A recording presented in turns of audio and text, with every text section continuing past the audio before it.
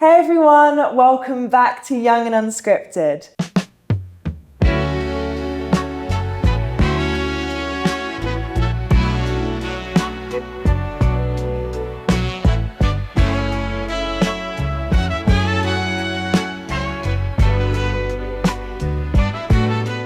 Today we have a really exciting episode planned for you. We are at the Royal Court today and we are going to be interviewing some of the writers of the Open Submission Festival.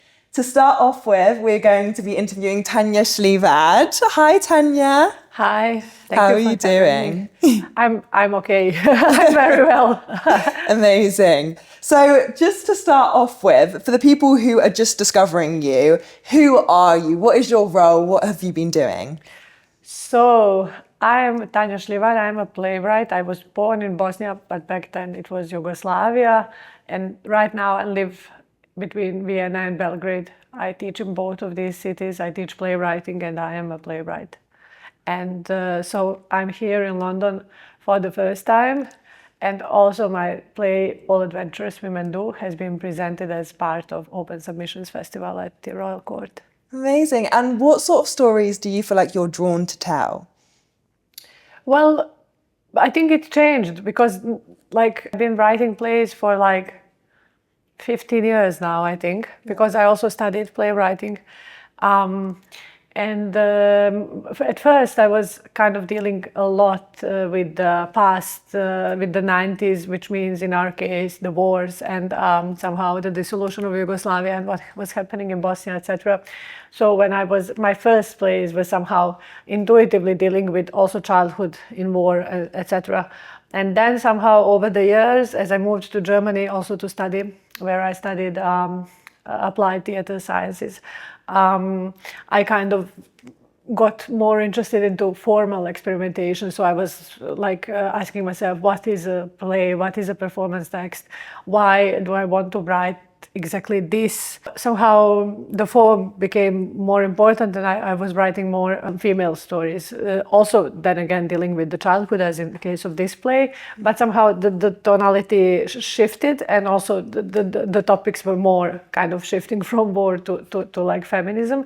But then right now I think I'm very much interested into struggles on the left and let's say histories of the leftist movements in Yugoslavia and also socialism, and somehow now I think my new play will be about that. And your play, All Adventurous Women Do, was performed at the Royal Court this week. Yeah. How would you describe this play in 2 sentences?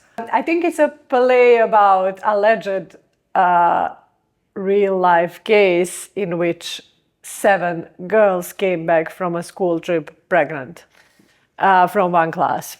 Yeah. So yeah. So if there's 7 women, 7 girls, why did you decide to tell all of those different stories and not just have it as one collective voice? Yeah, it's also an interesting question, and it was definitely a formal decision that I was thinking about at the time when I was conceptualizing the play. But I was playing also with the chorality of the thing, and I was of their voices. And so the girls, they are separate characters, but they are always together, right. And they are always together on the stage. And they are also have some names that could be somehow interchangeable. So they are called Anna, Anna, Ina, Ona, Una, Mia, Lea. So it somehow is pointing towards something that they are one, and that actually this collective pregnancies is actually only possible inside of this collective. But then inside of 7 stories, which are basically 7 monologues, in each monologue I tackle a different perspective on this, let's say, scandalous event that might have happened. So I kind of talk about school system, I talk about medical system and how the doctors treated them, I talk about their families, so their female ancestors first and foremost, their mothers and grandmothers, and then religion. So somehow each monologue serves a different purpose, as you said, somehow a different political structure that is imposed upon them also. Yeah. Let's say, yeah. And the play was originally written in Bosnian and it was translated. Yeah. How has that changed the trajectory of the play? Oh, it has definitely changed a lot. I have an amazing translator, Aida Spahic, did it. But actually, what is funny about this play is that it was first translated into German, because somehow I also work closely with another translator in German, Masha Dabic. So it was first presented in Germany, and then it was presented in Serbia, Bosnia, and then it came here. But since my my professional road was also I was based in Germany, and now I'm partly based in Austria. So I also see a lot of German theater and so on. So somehow it was first going there. But now definitely, as I was growing up, Royal Court was such an important place as a playwright to kind of always look up to what is going on with British playwriting. And it was so influential, and now I'm bringing it also to my students, a lot of these different things, because I think these things are very different. In Germany you have more like director figures that are so important, and somehow the role of the writer is different in Britain then. And so I think this might really open new possibilities for me, definitely. So, and obviously most people are reading English and not German, so somehow how it can be disseminated is definitely the English translation. So thank you, Aida. Yeah. And you said that obviously on this school trip, the girls come back and they're pregnant. So what do you think is the most disturbing part of the play for you? Is it the mystery of the girls suddenly turning up pregnant, or is it the way that people respond to it? It's definitely the way that people responded to that, because it first came out as a piece of news. So it was like an interview of a guy whose designation is somehow National Coordinator of Reproductive Health in the Republika Srpska. And this is like a really funny title, because it tells you a lot in a way, but of course, I don't think many people have ever met him or have really consulted him regarding reproductive health, but okay. And then as an example of how youth are actually reckless and how poor sex education levels are in Bosnia at the time, he kind of said, oh, but we had this case that the 7 young girls came back pregnant from a school trip. And then kind of hell broke loose, and like so many tabloids started picking up on this story, and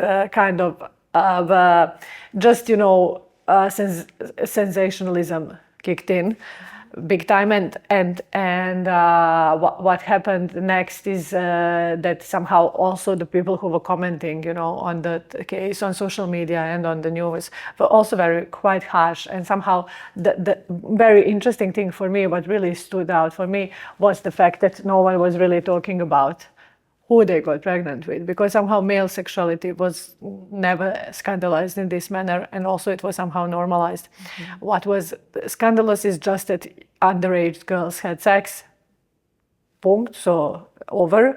But of course, behind it could be any story, behind it could be a rape story, could be non-consensual, could be, minor person of age, person of their age, one person, 7 of them, 5, 3, it's so many different possibilities. But somehow I realized I also really don't want to go there. I want to kind of bring back focus on the girls, but not in this harsh manner, but actually, okay, let them tell their story, which is then again tricky, but we can talk about it later, because I don't really know their story. So what kind of methodologies I used?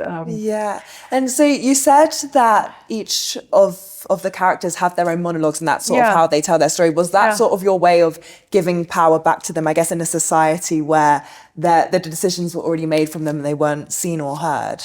Definitely. So even when I was writing these plays about Bosnia and war, I was already kind of exploring what the monologue in the structure of a theater text in a play is, and could it also kind of, be as democratic, let's say, because, we always use this word dialogue colloquially, but we should enter a dialogue with someone if we want to kind of put them on the same level, let's say. But actually, monologue has been, since the beginning of the playwriting, kind of also such an important and interesting structural level, which was kind of addressing gods, kings, your friends. It was also this aparte, like speech on kind of. It was kind of also breaking the conventions of the fourth wall, but it was also kind of always such an important tool, and some of the most famous lines in history from Shakespeare, etc., obviously come from monologues. Yeah. So, and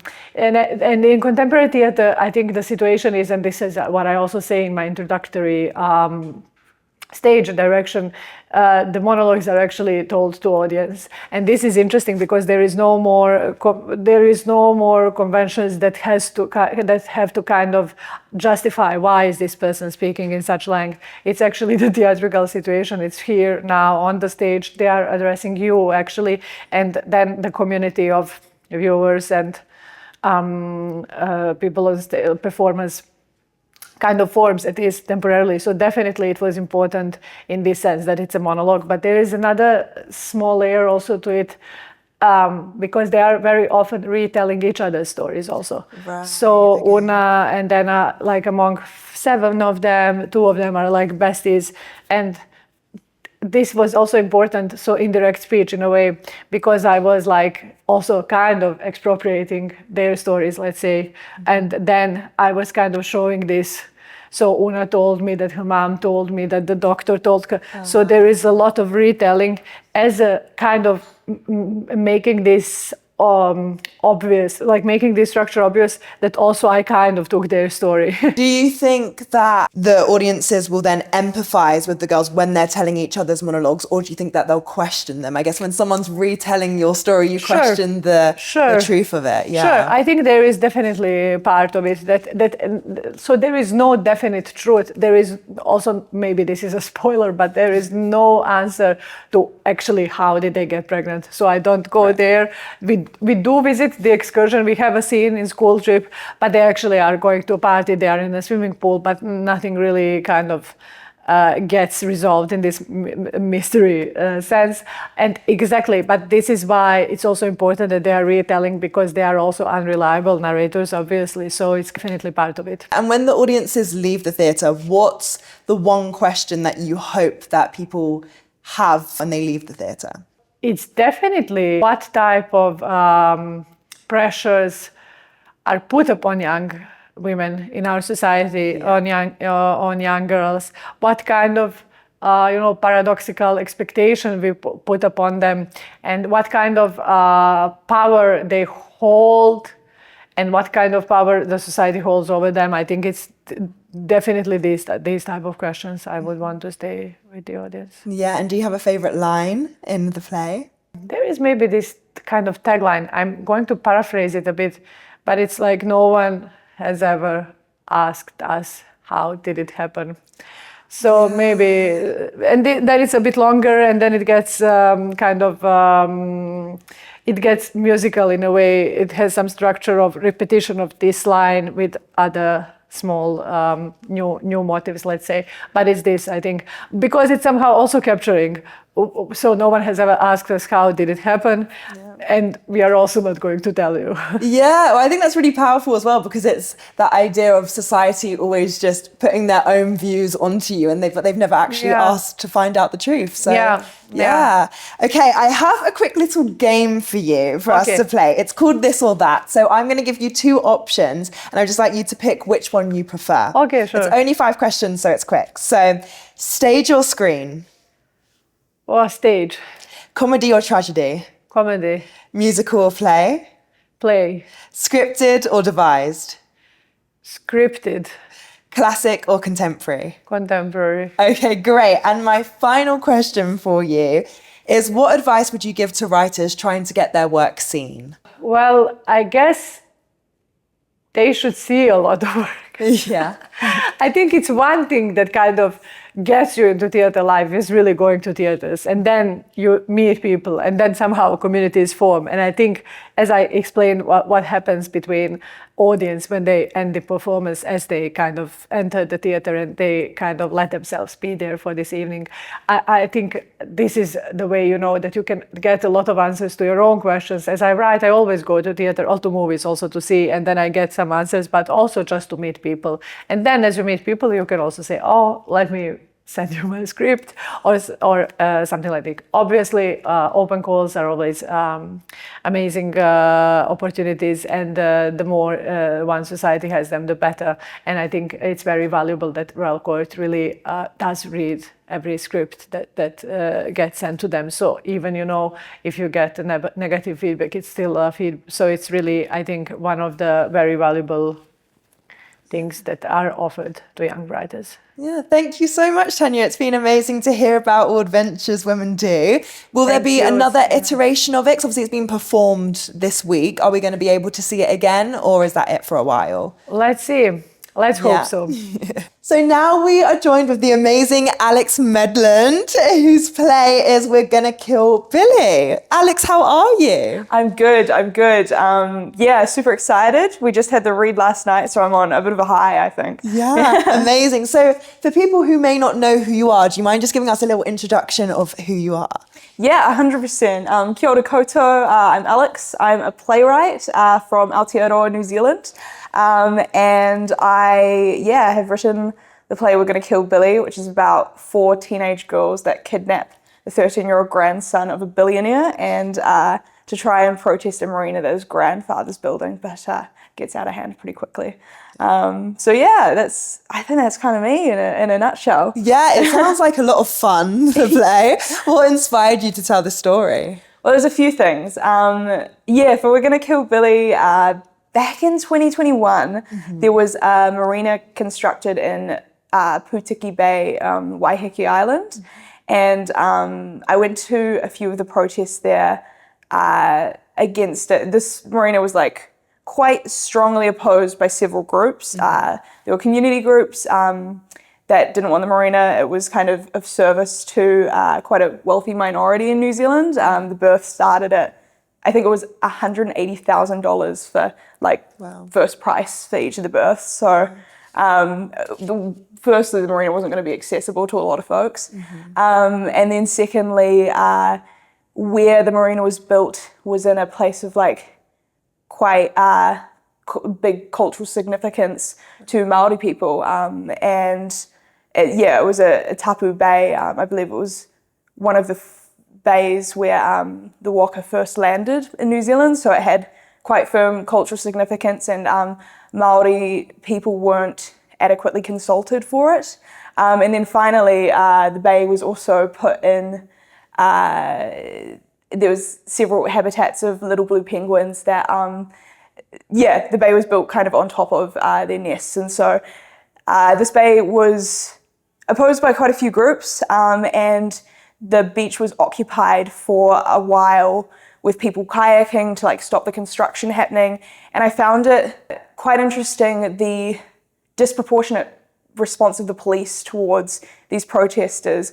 I think there was one day, I can't remember the numbers exactly, but 4 kayakers were in the bay, and they sent a whole dive squad and several boats and a bunch of police officers to arrest the protesters. And it was this is a huge response to just 4 guys in a bay. And the marina got built. It's there to this day. And it makes me angry to think about it. So there was that.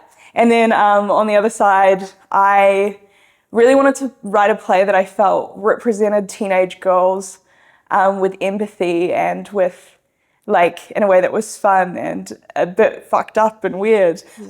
So, because I think teenage girls, when I was a teenage girl, I remember looking around, and a lot of the representation of teenage girls was that they were vapid or uncaring. And I just didn't think that felt accurate at all, especially in regards to the climate movement, because there's so many teenage girls that have led that. And so I those two sort of married together and kind of became We're Gonna Kill Billy. So it was really the marina, and then wanting to write something that I think it was fun and crazy and hopefully represented teenage girls in a way that is exciting. At its core, do you think that this play is about feeling powerless or trying to save the world? Oh, great question. I think for me, for We're Gonna Kill Billy, something I had quite a bit of awareness afterwards with writing it is I want the audience to have some empowerment. Leaving, I think, with climate change theatre sometimes, and we all feel it, you know, with climate change, it's, and like, it's rough and it can feel really hopeless sometimes. And I kind of wanted to avoid that feeling where it's like, oh, I feel bad and there's nothing I can do. And so I kind of wanted it to be, it's about climate change, but I wanted it to be fun and like cathartic. Yeah, kind of balancing like sort of like the idealized version of that without, or like the idealized version where you like don't think about all of the bad sides of those things. But also I think it's important to hold space for grief. I think there's like everyone feels a lot of grief about climate. And it's just kind of, for me, it's important that the grief isn't disempowering. And like, so yeah, try and find that balance of like holding the grief, but leaving people feeling empowered. And yeah, because ultimately I think climate change is not an individual issue. And I think ultimately without changing our financial systems, so many people want to fight climate change, but it's like, it's impossible to, when you're living on a shoestring budget or like when you're feeling the cost of living, like everyone is, you can't always buy ethically. You can't just travel in public transport. You do things that do increase your climate emissions. Without changing our financial systems, people cannot be empowered, I think. And so, yeah, it was important for me running a climate change play that it wasn't like, you're the problem for the audience, because I think a lot of the problems that with climate change are hugely systematic, and without changing systems, it's, you can't really fight it, you know? Yeah, and I think also thinking about teenagers, I'm like, I think that's especially true. You know, you've grown up and it seemed to have gotten worse, and it's like, it's not their fault. And I think there's a lot of like hopelessness around that. So, but I don't know how helpful the hopelessness is. So I wanted to make something that was empowering and like reflected a community experience rather than like chastising someone for what they're not doing, because we can't do it all. And yeah, especially not with the cost of living and the financial systems that we have at the moment. Yeah, from a structural point of view then, how do you balance creating that fun that you say and wanting to empower the audience, but then also trying to serve such a critical message to them as well? I think for me, theatre, it's kind of a hard ask, right? Like at this time, this day and age, I think, where there's information coming at us from everywhere, from all over, from our phones, from screens, from ads. We're constantly bombarded with information. So it's quite a hard ask of an audience to sit down in a dark room with no other stimuli and focus on this play that you've written. And so I think for me, theatre has to be entertaining first. And so I think for creating that with We're Gonna Kill Billy, it was humor. Like a lot of it was trying to, I was often like, what's the funniest thing that can happen here? And what is the wildest thing that can happen here? And how can I invest people in the characters? And then I think once you, have that entertainment comes first, and then that entertainment can be a vehicle for these big political messages about climate change. But like first and foremost, it's a play and not a thesis statement. So it's like, it's got to be entertaining for me. Yeah, I mean, the whole point of acting and having fun is playing around and having fun and seeing what happens. 100%, yeah. Is there a character that you resonate most with? Oh, I think there's definitely all of the girls I feel like I resonate with in different ways. I think if I had a self-insert character in this, it would probably be Max. And yeah, I think, but then I think sometimes I wonder if they're all just like different parts of like my brain that has been like segmented. So I kind of relate to all of them, but when I was writing the first and second draft, I was like, oh, Max is definitely, I felt Max was kind of like the quickest one that I could understand and sort of find a way into. And I always was like, and that's what Max is thinking, kind of it took me a little bit longer to find some of the others, but Max, I was like, I know what you are kind of from the first moment of it. So probably Max is the closest to me. Was there anything then about the other characters that you particularly struggled with? Was there a common theme that you thought, oh, I don't really know how to tackle this? Yeah, I think like tonally, it was just trying to find the like fun, but also not lose the empathy with the girls took a little bit to figure out. And then it was also, this was my first time writing a play with so many characters.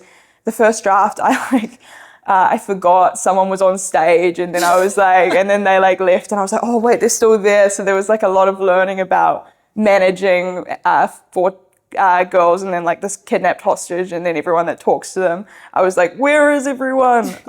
So that was kind of, I think, the biggest learning curve. And then within that, it took me a wee while to find like Manuka and Anushka and how they were different, I think. Right. Because Bindi and Max are a bit more, they're quite different from the rest of the group, I think, but Manuka and Anushka are more similar, so it took me a wee while to find differences enough to make them to know their place in the group and what they were doing, but not so much that they were caricatures, so trying to kind of make them feel realised as people, but make them distinctive enough from one another that they were all could have different stories and different viewpoints.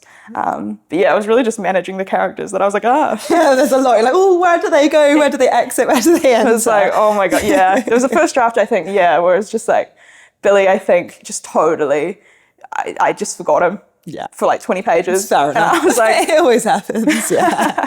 Right, I have a quick game for you. Ooh, this is fun. Yeah, so I have 5 this or that questions, and it's just really fast paced. I want to know your instinct to it. Okay, so number 1, fast pace or slow burn? Fast pace. Physical theatre or dialogue heavy? Physical theatre. Opening night or closing night? Opening night. Matinee or evening show? Evening show. Touring or staying in one venue? Touring. Amazing. Okay, so my final question for you, Alex, is what advice would you give to a playwright who is trying to get their work seen? I think for me, what has really helped me is just submitting to everything. I have a thing, I call it my rejection list. And my goal every year is to get rejected 100 times. I've seen this. I've seen a video of that online. Yeah, it's so good. It seriously changed things for me. I had an actor tell me about it, and I was like, genius. And it kind of, because I think before having this, I was always it was quite easy to get perfectionist about submissions and like, is this good enough? And so having something where I had like a goal of getting rejections, I was like, great, I'm just sending it out. I'm just going to send it out. And it's kind of, it means that I've sent things that I didn't think, like the open submissions, I didn't ever think that this would happen or that I get this.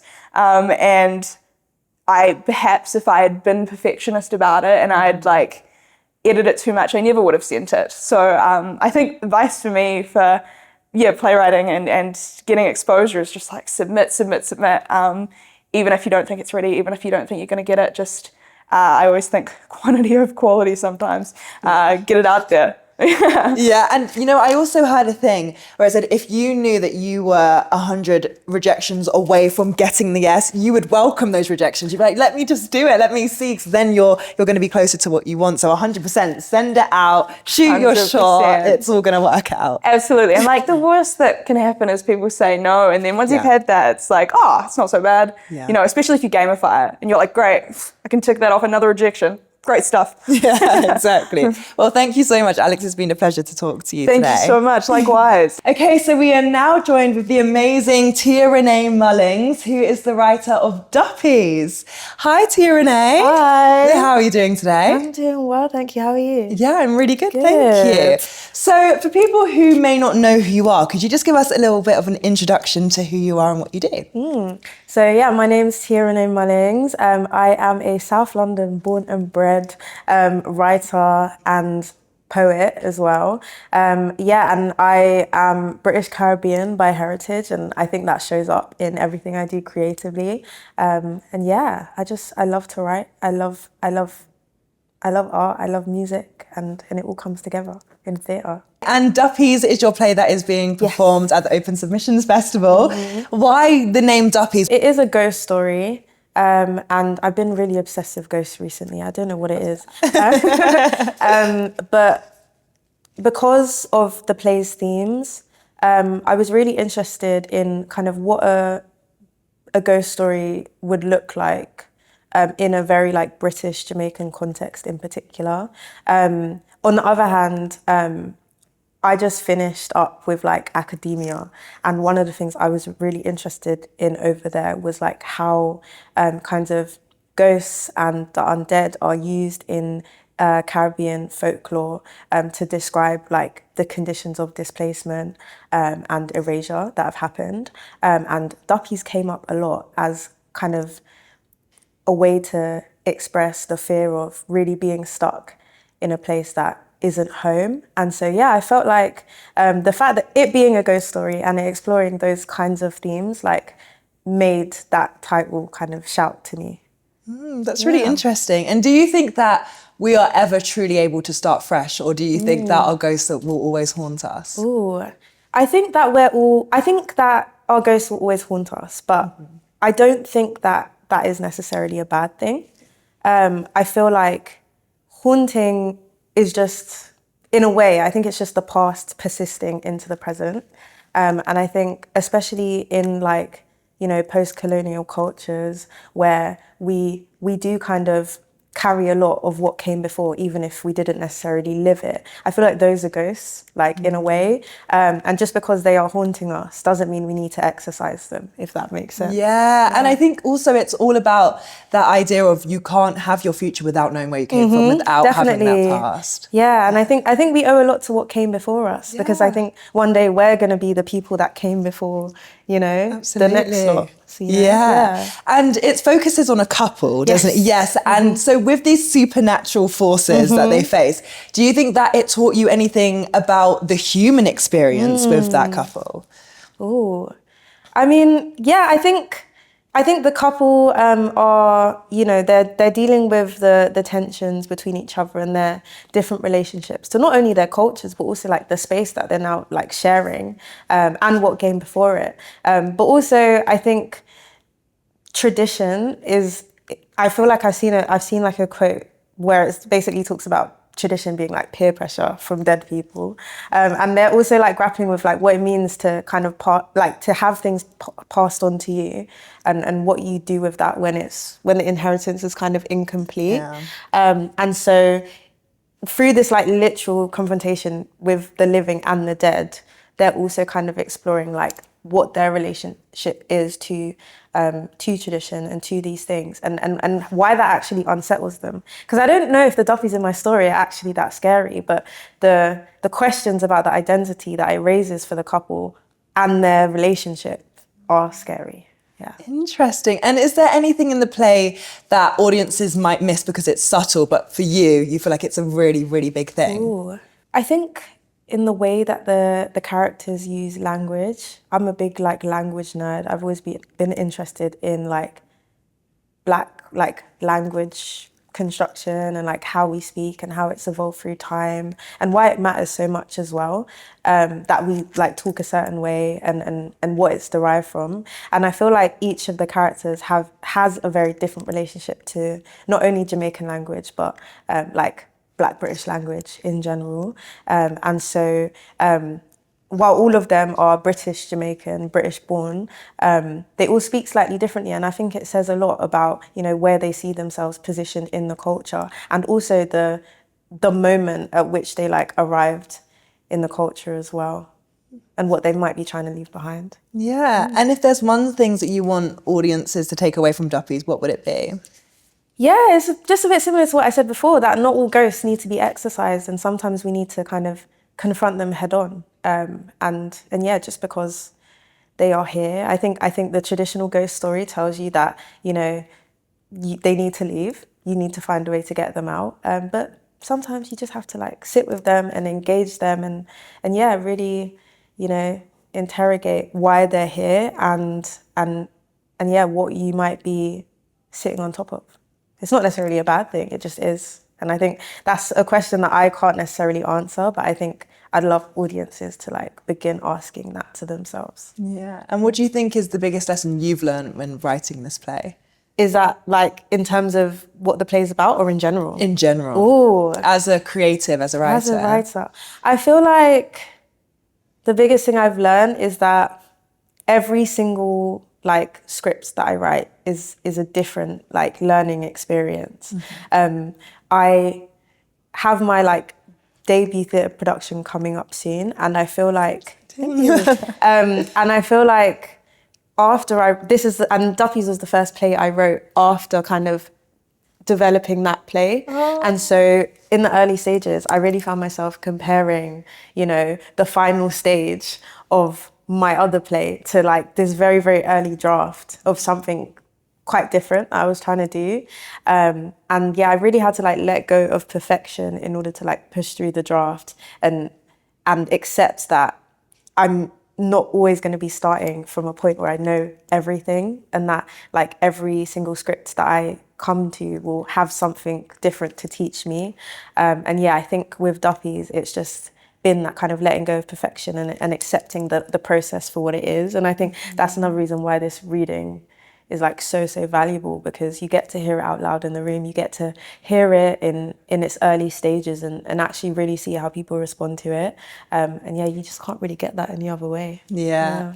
If Duppies were a song, what song would it be and why? That's a really difficult question actually, because the Duppies are because they're from different eras of like British Caribbean life, they'd probably have a different answer. Yeah. I think the song I might choose would be... It is hard. There's so many really songs hard. out there. There are so many songs out there. I mean, one we were talking about earlier was Boo by Miss Dynamite. The Duppies they're asking to be like seen, you know? They're literally like, they're saying like, this is who we are and we are here. And I feel like that is a song that makes me like feel that way. And then it's also just like by Miss Dynamite. And it's Gotta have it. Like, it's just vibes. I love that. Yeah. Okay, I now have a quick game for you. Okay, we're doing this or that. So I'm going to ask you 5 this or that questions. And it's just your intuition of what you think. Okay, so a big production or an intimate performance?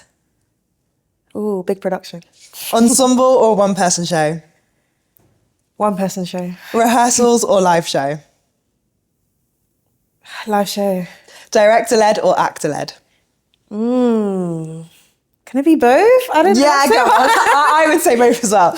And your final one is improvisation or script? Improvisation. Amazing. Yeah. Okay, my final question for you is, what advice would you give to the next generation of writers? I would just say to write the thing, you know? Like I feel like you could have so many ideas, but I think the act of actually like writing something down, even if it's not perfect, like that is the writing, that is what makes you the writer. And I feel like for me, like before I properly like started writing and putting pen to page, because I was so scared of like not getting it right the first time, I was really scared to call myself a writer, because I was just like, well, I have these ideas and I know where I want to go with it. But I'd never actually like committed to like finishing anything or really trying to see like what it could become once I put it down on paper. So yeah, I would just say to like not wait for permission, whether that is from other people or yourself, and yeah, to just write the thing. Amazing. Thank you so much, Tia-Renée. It's been great to talk to you.